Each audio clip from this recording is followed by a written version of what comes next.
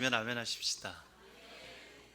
참 이렇게 귀한 교회에 오늘 특별히 성령 강림주일, 게다가 다음 주는 또 창립 20주년 기념 감사 주일인데, 이렇게 귀한 참 중요한 시점에 이 부족한 종을 우리 명문교회 재단에 세워주신 하나님과 교회에게 감사를 드립니다. 오늘 저는 여러분들과 함께 동행이라는 짤막한 제목을 가진 말씀으로 하나님의 은혜를 함께 기다리고자 합니다. 여러분, 오늘은 성령 강림 주일입니다. 이 성령 강림 하시기 전에 예수님이 성령님을 약속을 하시고, 그리고 승천하신 이후 10일 만에 성도들의 뜨거운 기도 가운데 성령님께서 이 땅에 강림하셨습니다. 그리고 우리 믿는 자들, 예수 그리스도를 믿는 자들의 마음마다 내주하시고 또 충만케 하심으로 우리가 예수님과 함께 동행할 수 있는 그 길을 끝까지 걸어갈 수 있도록 우리 성령님께서 저와 여러분들 안에 계시는 줄로 믿습니다. 오늘 그 성령 강림주일에 하나님이 우리에게 동행이라는 말씀을 주십니다. 여러분, 히브리서 12장에 보면 우리 신앙생활을 경주로 비유합니다. 그래서 레이스라는 단어를 씁니다. 우리의 인생이 경주와 같은 것입니다. 때로는 지칠 때도 있고 때로는 힘들어서 포기하고 싶을 때도 있는데, 주님이 끝까지 걷게 하시는 경주, 그것이 우리의 삶이요 우리의 신앙입니다. 사도 바울은 그의 마지막 서신서인 디모데후서 4장 7절에서 우리의 인생, 우리의 신앙을 달려갈 길이라고 표현합니다. 여전히 영어로는 레이스라고 번역이 되어집니다. 또 계시록 3장 4절에 보면 예수님께서 주님을 경외하고 주님을 사랑하는 자들이 흰옷을 입고 있다라고 말씀하시고, Walk with me 라고 말씀하십니다. 그들이 나와 함께 걷고 있다라고 말씀하세요. 주님은 여러분이 주님과 함께 동행하기를 원하십니다. 주님이 어디에 계신지도 모르고 주님이 여러분을 인도하시는 방향이 어떠한 달려갈 길인지도 모른 채 이 땅의 어젠다만을 붙들고 살아가는 그러한 모습을 원하지 않으시는 줄로 믿습니다. 오늘 이 동행이라는 말씀, 주님께서 눈을 보지 못했던 맹인 한 사람을 인도하시며 동행하시는 이 본문을 통해 적어도 우리는 4가지 단계의 동행의 그 코스를 보게 되는데, 저와 여러분 자신이 어느 단계에 있는지를 좀 확인해 보시고, 그리고 끝까지 주님과 그 경주에서 완주하셔서 여러분의 인생이 참으로 값지고 보람된 기쁜 지구별 소풍의 시간이 될 수 있기를 예수님의 이름으로 축원합니다.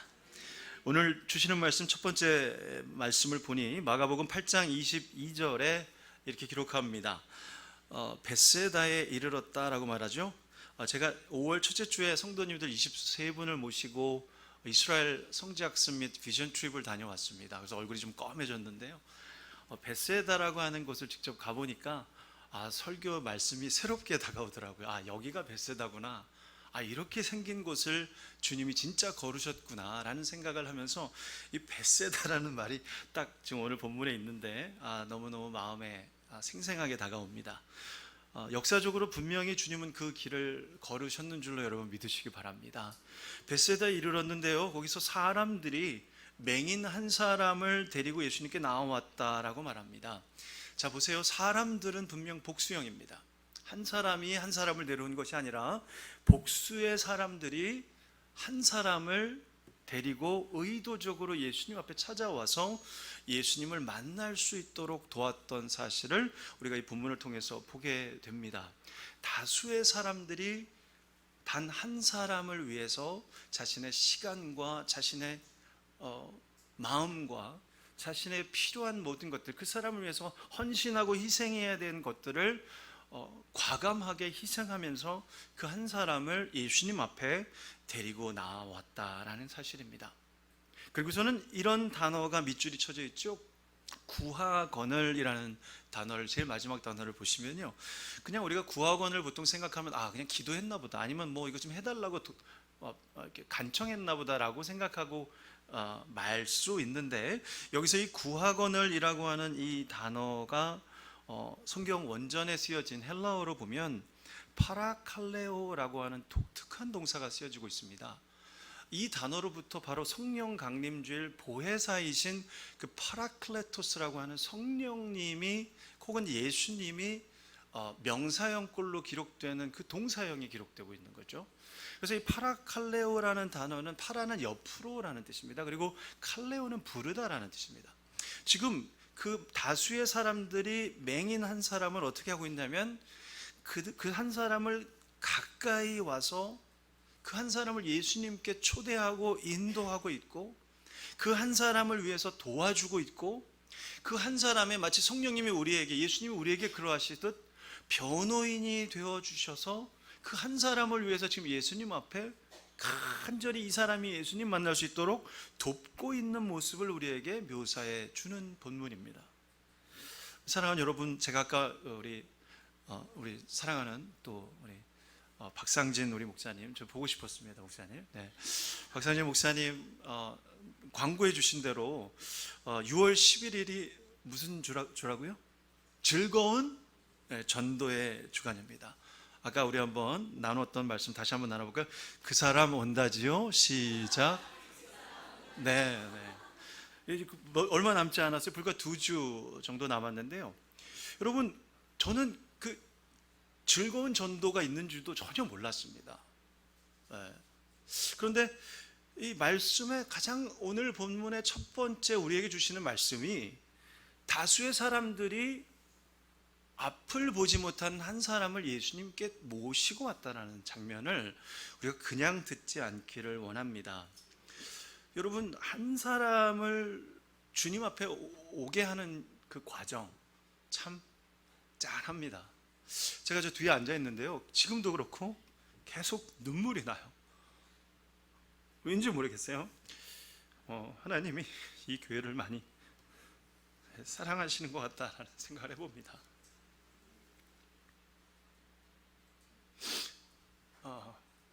한 영혼을 그렇게 긍휼한 마음을 가지고, 불쌍히 여기는 마음을 가지고, 사랑하는 마음을 가지고 주님 앞에 가까이 그 사람을 찾아가지고 그 사람을 실제적으로 도와주어서 그 사람의 마음이 감동이 되도록 사랑의 행동을 보여주는 것입니다. 그냥 말로만 우리 6월 11일 날 즐거운 전도하는데 우리 교회 한번 와 이렇게 얘기하는 것이 전도가 아니고요. 전도는 그 사람의 마음에 정말 진정한 사랑이 느껴질 수 있도록 돕는 것, 그때 사람의 마음이 열려질 수가 있습니다. 그것이 전도이죠.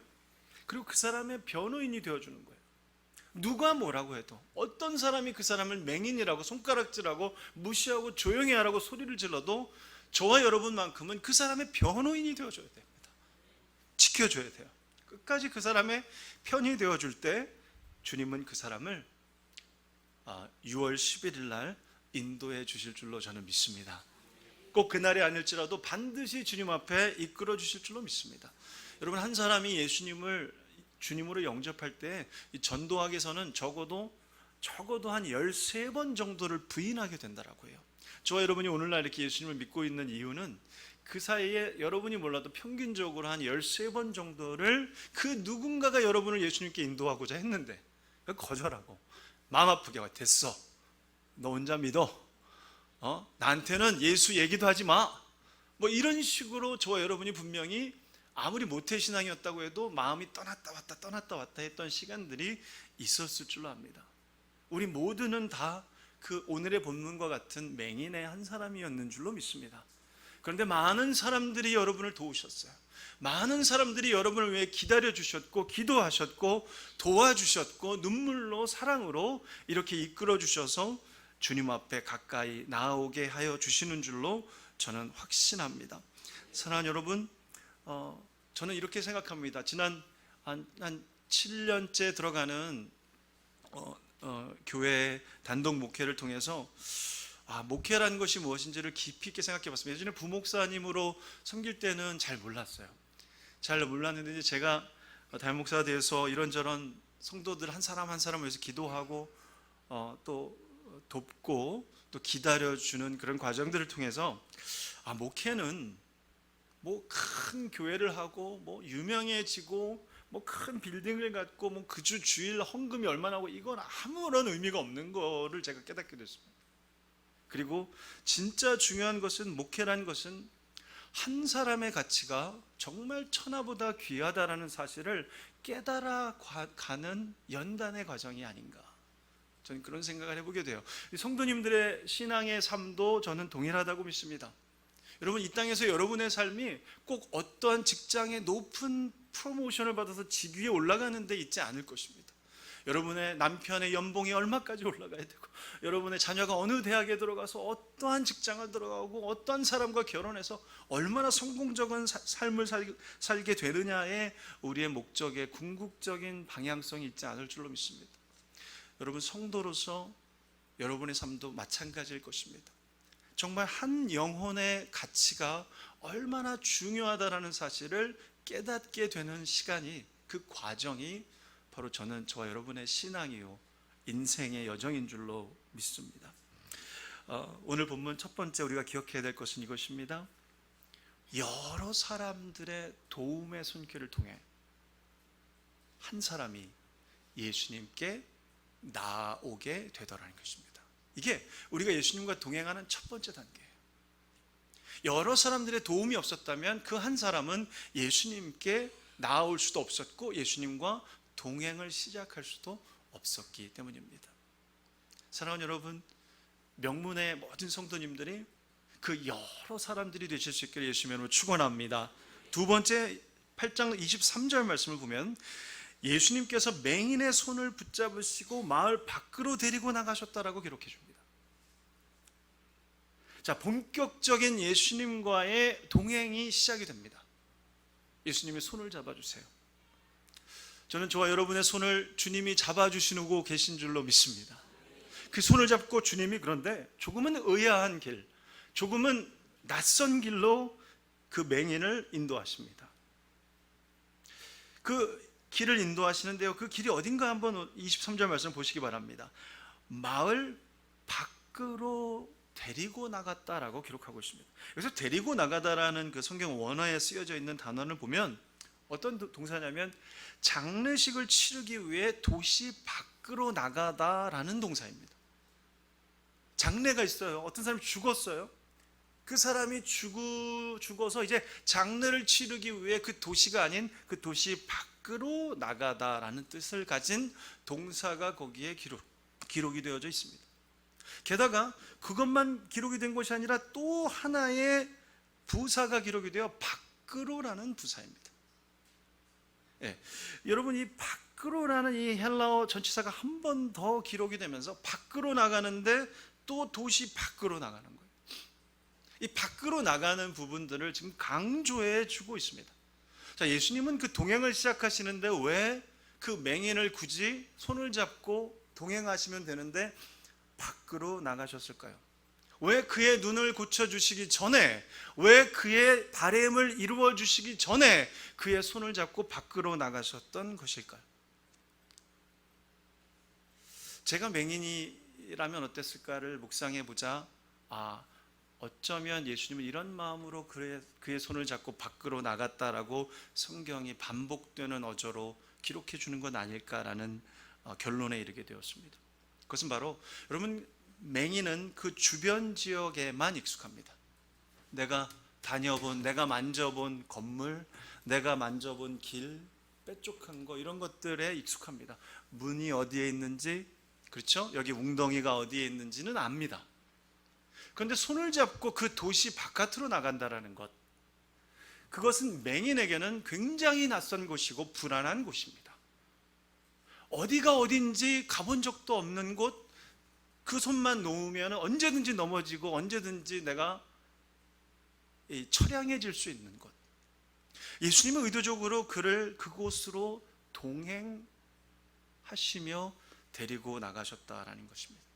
즉, 예수님은 그 동행의 두 번째 단계에서 편안하고 익숙한 환경을 떠나서 조금은 낯설고 또 조금은 당황스럽고 또 전에 경험해 보지 못한 어떠한 곳으로 우리를 이끄시는 단계가 있다는 것입니다. 여러분, 예수님과의 동행이 시작되면 그런 순간이 반드시 옵니다.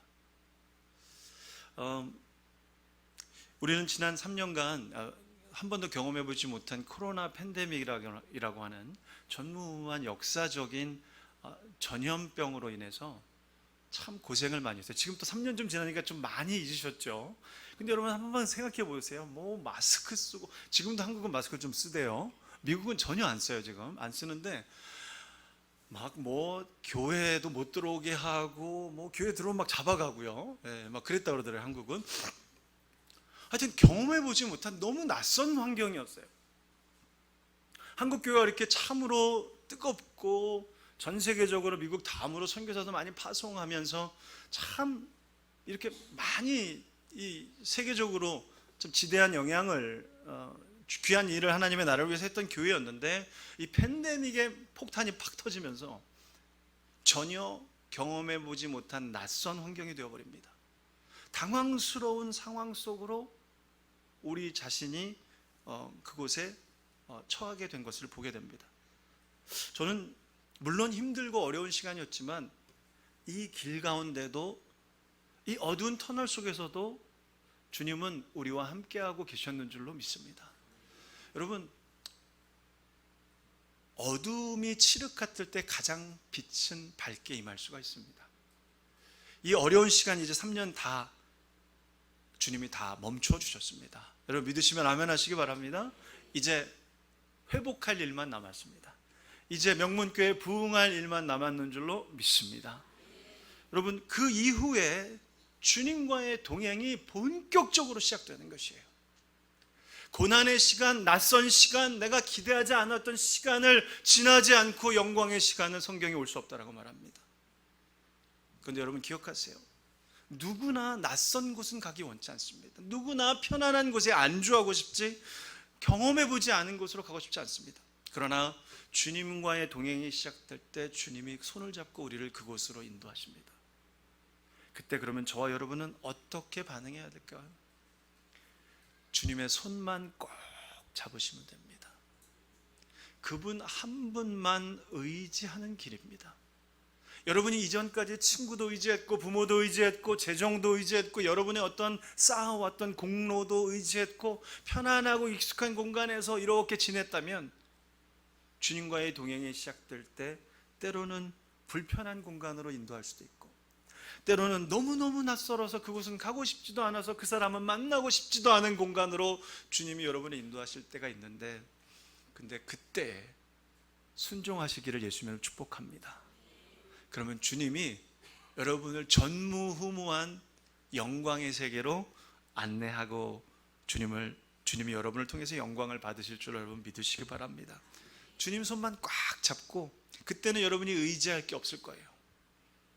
편안한 곳, 익숙한 곳을 떠났기 때문이에요.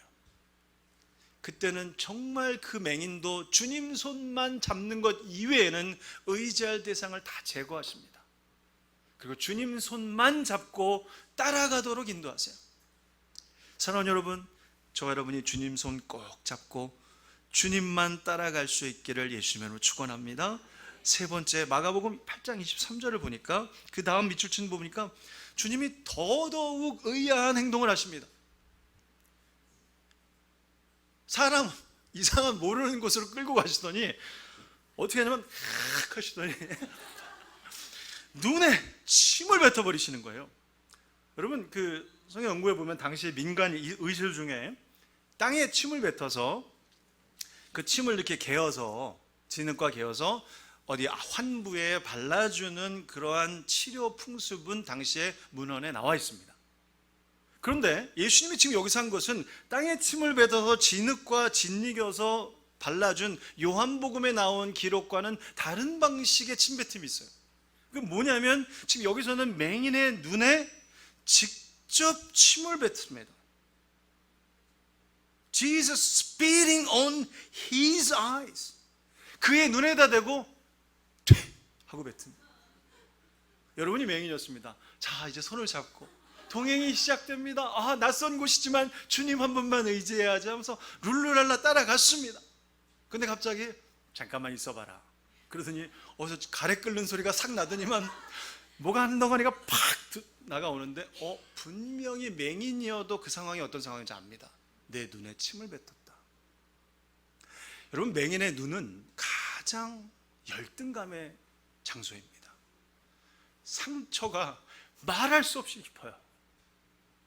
그 골마 터진 상처의 핵심에, 그 가장 중앙 부위에 예수님이 침까지 뱉는 거예요. 야, 이런 생각이 불쑥 올라오지 않았겠습니까? 내가 아무리 맹인이어도 그렇지, 내가 친구들, 지인들, 가족들, 동료들 손에 이끌려서 억지로 예수님 앞에 나와 봤더니만 나를 손을 잡고 끌고 가더니 사람들 없는데 혼자 끌고 가더니 침을 뱉어버리네. 뭐 이런 사람이 다 있나? 라는 오해를 믿음이 없는 이 상황에서 하게 되지 않겠습니까? 나를 지금 내가 맹인이라서 경멸하는 것인가? 나를 이렇게 무시하면서 나를 지금 이렇게 대우하고 있는 것은 아닌가라는 그런 감정적인 동요가 막 들끓을 수 있는 그런 충분한 상황이었습니다. 하지만 그 사람은요, 성경을 어디를 보아도 예수님께 화냈다라는 구절이 없어요. 예수님께 손가락질하고 원망하지도 않습니다. 그렇죠? 예수님께 등을 돌려버리고, 내가 뭐 당신 아니면 나을 길이 없는 줄 알아? 그러면서 등을 돌려버리고, 내가 어딘지 모르지만 하여튼 나 혼자 갈 거야 막 이러지도 않습니다.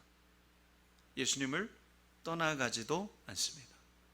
그냥 그 자리에 그대로 머물러 있었던 것 같습니다. 여기에 깨달음이 오시면 아멘 하시기 바랍니다. 그 자리에 머무는 거예요.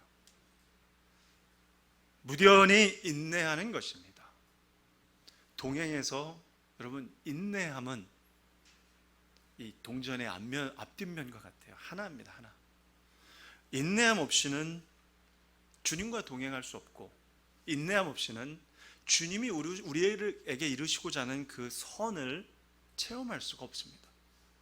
주님은 꼭 테스트를 하세요. 정말 믿음이 있는지. 그리고서는 그 믿음의 돛이 올라가면 네 믿음이 너를 구원하였느니라 라고 말씀합니다. 다 주님이 하신 일이에요, 실은. 근데 우리의 믿음의 테스트 시간을 딱 주세요. 그리고 그때 참아내는지, 그때 정말 그 자리에 머물고 있는지, 힘들어도 감정이 막 요동치고 여기서 뭐가 나오고 싶은 마음이 드는데도 입을 다물고 있는지. 여러분, 성경책에 이렇게 여러분 이렇게 자크가 있더라고요. 성경책은 닫아놓을 수가 있는데 사람 입은 닫기가 참 힘이 들어요. 불평, 원망, 시기, 질투, 비난의 말들이 한없이 쏟아져 나오는데 이것을 닫는 거예요. 이것을 닫고 주님과의 그 동행의 길에서 잠시 기다리는 것입니다. 이 맹인은 어떻게 그렇게 모욕적인 순간, 그렇게 경멸받는 듯한 순간에 기다리고 참을 수 있었을까요? 그는 분명 예수님은 이게 끝이 아니실 거야 라는 믿음이 있었을 것 같습니다. 이분은 내가 듣기로 선한 신분인데, 분명히 나를 고쳐주실 좋으신 분인데 나한테 침 뱉고 끝날 분은 아니실 거야 라는 믿음으로 그것을 기다려봤던 것 같습니다. 사랑하는 여러분, 예수님이 선하신 분이심을 믿으시기를 주님으로 축복합니다. 때로는 예수님이 나를 경멸하는 것 같아요. 나에게 어려운 시간을 허락하시는 것 같습니다. 나를 돌아보시지 않는 것 같아요. 나를 무시하는 것 같습니다. 이렇게 아프고 이렇게 괴롭고 힘들게 주님 앞에 부르짖는데 응답하지 않는 것 같습니다. 그러나 주님은 선하신 분이십니다. 사랑하는 여러분, 주님의 선하심만 붙들면 반드시 응답받습니다. 지금 잘 믿어지지 않더라도 일단 아멘 하시기를 주님으로 축복합니다. 반드시 이루어집니다. 바울과 실라가 빌립보라는 지역에서 예수님과 동행하며 복음을 전했어요. 그런데 착한 일 아닙니까? 참 좋은 일 했어요. 근데 사람들한테 오해를 받습니다. 붙들립니다. 옷을 다 찢겨지고 다 벗겨지고 얼마나 두들겨 맞았는지 거의 기절할 정도로 두들겨 맞습니다. 그리고 감옥의 가장 깊은 곳에 던져집니다. 착고가 채워집니다. 막 쇠고랑을 다 채워놔 버렸어요. 그리고 막 쓰러져 버렸습니다. 바울과 실라 거의 아마 기절했던 것 같습니다. 그리고 한밤중에나 신음소리 하면서 이러면서 겨우겨우 그 상한 몸을 일으키고 눈을 떴던 것 같습니다. 성경은 그때가 12시, 밤 12시 정도쯤 됐다라고 기록합니다. 그때 여러분 같으면 어떻게 하시겠습니까? 예수님 도대체 왜요? 왜? Why? 왜 나에게 이렇게 어려운 시간을 허락하십니까? 왜 내가 주님의 복음을 전하는데 이렇게 마치 저주받은 사람처럼 세상 사람들에게 손가락질 받을 이런 안타까운 상황에 나를 처하게 하십니까? 왜 내 눈엔 침을 뱉으십니까? 주님 앞에 원망하고 싶은 마음이 있었을 겁니다. 근데 그 두 사람은 오히려 한밤중에 저들이 깨더니 기도하고 찬송하더라. 하나님께 찬송하더라라고 성경이 기록해 줍니다. 어떻게 그럴 수 있었을까요? 바로 동행의 세 번째 단계에 중요한 포인트가 이것입니다. 여러분, 예수님과 동행하다 보면 감정의 안경을 확 써버릴 때가 있어요. 제가 이 안경을 지금 다초점을 해서 벌써 이제 눈이 안 좋아져서 이 돋보기가 밑에 들어가지 않으면 안 보여요. 안 보이는데 얼굴은 젊어 보이지만 그래도 벌써 이렇게 노화가 일어나고 있는데 이 다초점 안경을 저기 가서 했는데 너무 싸고요. 너무 잘 보이는 거예요. 지금 훤하게 보입니다. 이게 안경을 잘 써야 잘 보이더라고요. 네. 여러분, 근데 우리가 이 감정의 안경을 가장 먼저 쓸 때가 얼마나 많은지 몰라요. 무슨 일이 있으면 딱 감정의 안경 쓰고 저 사람 저거, 저 이태환이 저거, 머리가 왜 이렇게 짧아 저거, 감정의 안경으로 보는 거예요. 내가 눈에 보여지는 대로 해석을 해버립니다. 그런데 우리가 예수님과 동행하려면 세 번째 단계에서 감정의 안경이 아니라 한번 따라 하십시다. 믿음의 안경. 믿음의 안경을 딱 쓰시면 뭐가 보이냐면요, 예수님은 선하셔. 요게요 절대로 의심이 안 됩니다. 지금은 힘들어요. 근데 예수님은 반드시 선하신 분이기 때문에 이 모든 것이 합력해서 최우선을 이루어 주실 거야. 요거가 딱 보이는 거예요. 그러니까 지금 힘들어도 참을 수가 있는 거죠. 눈에 침이 뱉어져도 예수님 하하하하 최우선을 이루어 주실 거 제가 알아요. 저 믿음 테스트하고 있는 거 알아요. 저 기다릴 거예요. 저 원망하지 않을 거예요. 뒤돌아서지 않을 거예요. 조금만 기다리니까 어떤 일이 벌어집니까? 주님이 그 사람의 눈을 뜨게 해주셨던 것입니다. 사랑하는 여러분, 감정의 안경이 아니라 믿음의 안경을 꼭 쓰시는, 그래서 주님의 최우선을 꼭 바라보실 수 있는 저와 여러분 되시기를 주님의 이름으로 축원드립니다. 로마서 8장 28절 말씀에 보면 이런 말씀이 있죠. 하나님을 사랑하는 자 곧 그 뜻대로 부르심을 입은 자들에게는 모든 것이 합력하여 선을 이룬다. 여러분, 여기서의 주어가 한국말로만 보면 이가가, 은는 이가가 들어가 있는 게 주어잖아요. 그럼 이 8장 28절에서 말씀의 주어는 우리가 이렇게 보면은 모든 것이가 주어인가? 이렇게 생각하기가 쉬워요. 그렇죠?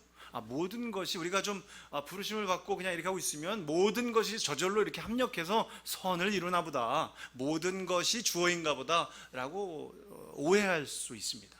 근데 영어로 된 말씀이 혹시 또 있을까요? 준비가? 그 밑에 제가 띄웠던 게 있을까요? 같이 보내드렸던? 준비가 안 됐으면 괜찮습니다. 없군요. 거기 그 원문, 성경 그리스어 원문이나 영어로 보면 모든 것이 주어가 아니고요. 한번 나중에 집에 가서 한번 확인해 보세요. 정말 그런가? 모든 것이 주어가 아니고 하나님이라는 단어가 왜 그걸 번역을 안 했는지 모르겠어요. 분명한 주어는 하나님입니다. 그래서 영어로 보면 God causes all things put together to be worked out together for the good. 최우선을 이루시기 위해서 하나님이 모든 것을 합력해서 하나님이 선을 이루실 것이다 라는 말씀이 저 말씀이에요. 주어가 하나님이십니다. 사랑하는 여러분, 여러분의 인생에도 주어가 모든 것이가 아니라 하나님이신 줄로 믿으시기 바랍니다. 그냥 모든 것이 어쩌다가 저절로 그냥 운이 좋아서 우연의 일치로 합력해서 얘기 시작을 해요.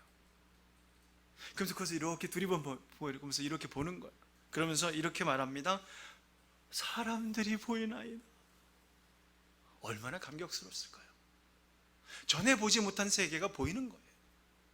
전에 관심 없던, 전혀 경험해 보지도 않던 세계에 내 눈이 열리는 것입니다. 그리고 나무 같은 것들이 걸어가는 것을 보나이다. 그 사람들이 걸어가는데 마치 나무가 걸어가는 것처럼 그에게 보입니다. 그랬더니 예수님 어떻게 합니까? 이에 그 눈에 다시 안수하셨다라고 말합니다. 그랬더니 나아서 모든 것을 밝히 보게 된다라고 말씀하고 있습니다. 여러분, 우리가 주님과의 동행 가운데 예수님의 터치하심이 눈에 임하는 날이 있습니다. 우리가 인내하고 그분의 선하심을 믿을 때 주님이 저와 여러분을 만져주세요. 여러분의 기도에 응답하시는 줄로 믿으시기 바랍니다. 여러분의 꼭 필요한 일들을 하나님이 이루어 주십니다.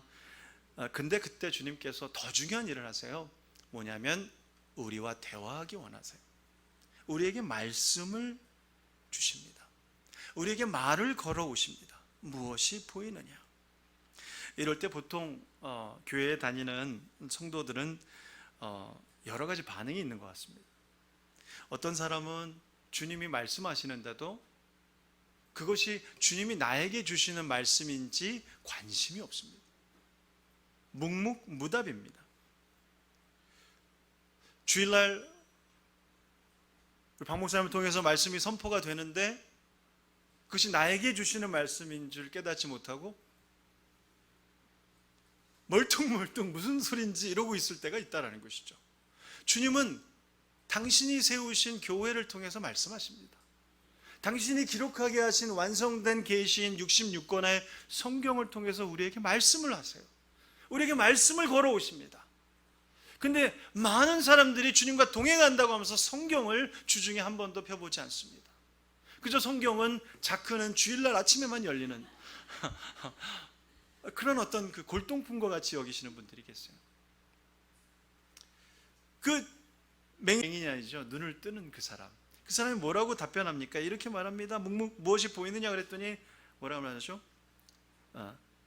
사람들이 보이나이다.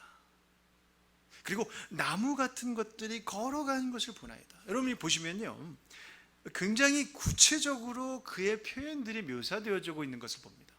그냥 보통 같으면 무엇이 보이냐면 그냥 보여요 이렇게 하고 경상도 사람이면 그렇게 끝나버릴 수가 있어요. 근데 그러지 않고 그의 답변은 굉장히 구체적으로 자세하게 원어에서 보면 나아가고 있습니다. 즉 이 본문의 맹인은 말을 걸어오시는 예수님께 굉장히 구체적으로 자세하고 또 예의를 갖춰서 예수님과 대화하고 있는 모습을 보게 됩니다. 여러분, 이것을 우리는 기도라고 합니다. 주님이 우리에게 말씀하시는 것은 말씀, 성경이고요. 우리가 주님께 말하는 것은 대화라고 볼 수가 있습니다.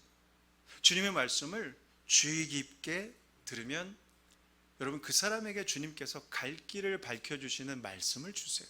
저는 저와 여러분의 마음 가운데, 여러분의 신비에 주님의 말씀이 강단을 통해서 매주 선포되어지고, 여러분이 있는 그 곳곳마다 말씀이 묵상되어지고 큐티를 통해서 여러분이 주님과 주님의 말씀을 잘 들으실 귀가 열리기를 예수님을 축복합니다.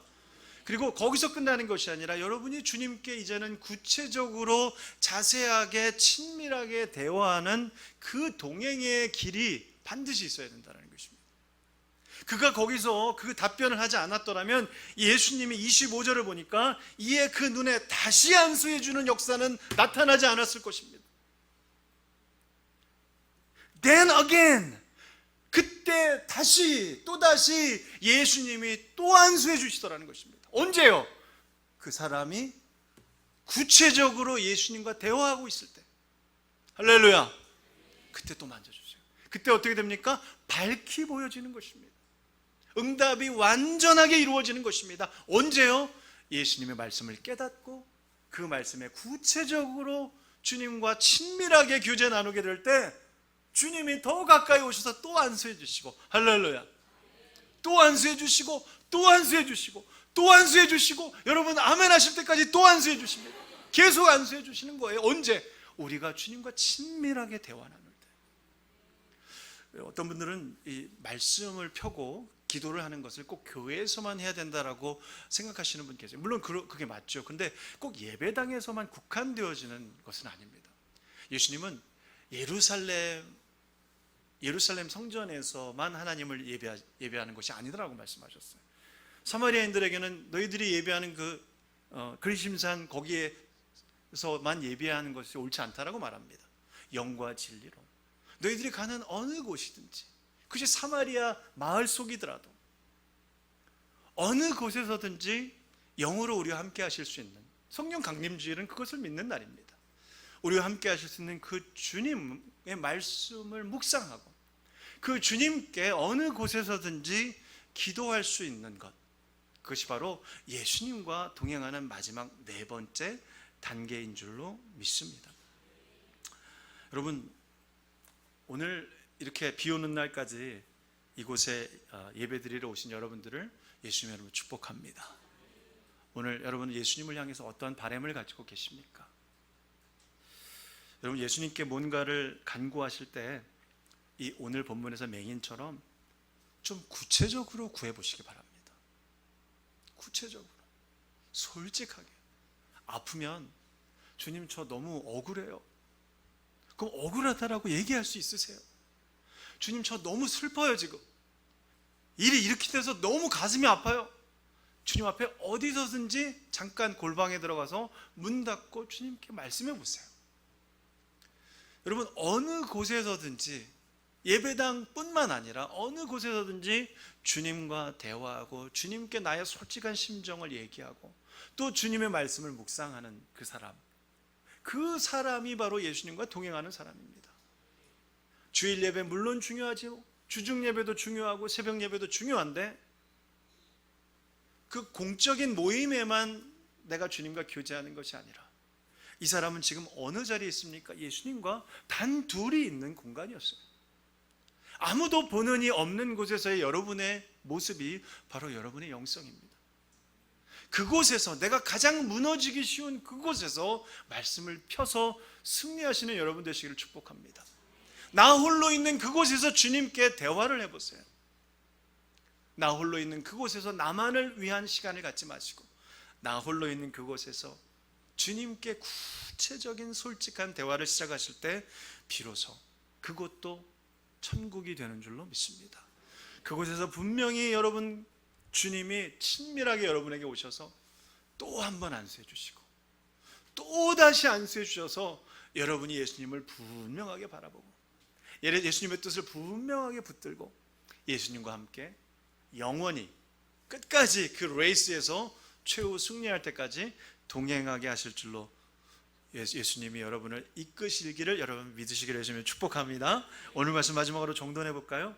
자, 예수님과의 동행의 첫 번째 단계는 뭐였습니까? 1번, 여러 사람들의 도움의 손길을 통해 예수님께 나오게 되는 단계였습니다. 그 여러 사람이 여러분이 되어야 됩니다. 두 번째는 뭐였습니까? 내가 익숙하거나 편한 곳을 떠나서 진정 예수님 그분을 말로만 의지하는 게 아니라 진짜 의지할 수밖에 없는 상황, 그 상황으로 주님이 여러분을 이끄신다는 것입니다. 그때 여러분 슬퍼하지 마세요. 왜? 응답이 바로 앞에 가까이 왔다라고 믿으시기 바랍니다. 세 번째는요, 그 동행의 단계에서 우리는 어떤 상황이 되면 늘 감정의 안경을 탁 쓰고 바라봐요. 그래서 째려봅니다. 이렇게 하지 마시고 그 불안한 감정의 안경이 착 하고 쓰여질 겁니다. 그거 바로 내려놓으세요. 그리고 믿음의 안경이 어디 있더라? 아, 여기 있구나. 자, 믿음의 안경을 딱 보니까 예수님 선하셔요. 아이, 그러면 이거 분명히 뭐 볼 것도 없어. 주님이 곧 이뤄주실 거야. 조금만 기다리자. 조금만 더 인내하자. 그럼 주님이 이끌어 주십니다. 마지막 네 번째 단계는 어떻습니까? 이제 주님의 말씀이 들려집니다. 내 눈이 열려집니다. 근데 여전히 좀 흐려요. 여전히 이게 사람인지 나무인지 잘 구분이 안 갑니다. 근데 그때 주님의 말씀을 깨달으면서 어느 곳이든지 주님과 가까이 있는 그 동행하는, 독대하는 그 자리에서 주님께 구체적으로 솔직하게 말해보세요. 그럼 주님이 어떻게 하십니까? 어이구야, 나는 한 번밖에 안수기도 안 해줘. 그러지 않으세요. 또 오셔서 또 만져줘요. 얼마나 감사한지 몰라요. 또 오셔서 또 만져줘요. 보일 때까지, 그거 응답될 때까지 주님이 만져주신다는 것입니다. 그 친밀한 교제로 들어갈 때, 사랑하는 여러분, 저와 여러분은 주님의 손 꼭 붙들고 세상 사람들이 말하는 길이 아니라, 세상의 성공적인 가치를 좇는 길이 아니라 한 영혼의 가치를 위해서 주님과 함께 동행하는 복되고 아름다운 길이 될 줄로 믿습니다. 기도하겠습니다. 아버지 하나님, 감사합니다. 성령 강림 주일, 그리고 20주년 창립 기념 주일, 그리고 즐거운 전도의 주일을 앞두고 오늘 이 귀한 시간 말씀으로 우리 각 사람에게 주님께서 친히 말씀하셨는 줄로 믿습니다. 그 말씀을 신비에 새겼사오니 주여 하늘문 열어주시고 주님의 은혜를 쏟아부어 주시되 이 말씀이 30배, 60배, 100배로 응답되어지는 응답의 축복의 주인공들 다 되어질 수 있도록 하나님께서 역사하여 주실 줄로 믿습니다. 우리 주 예수 그리스도의 이름으로 감사하며 기도 올리옵나이다. 아멘.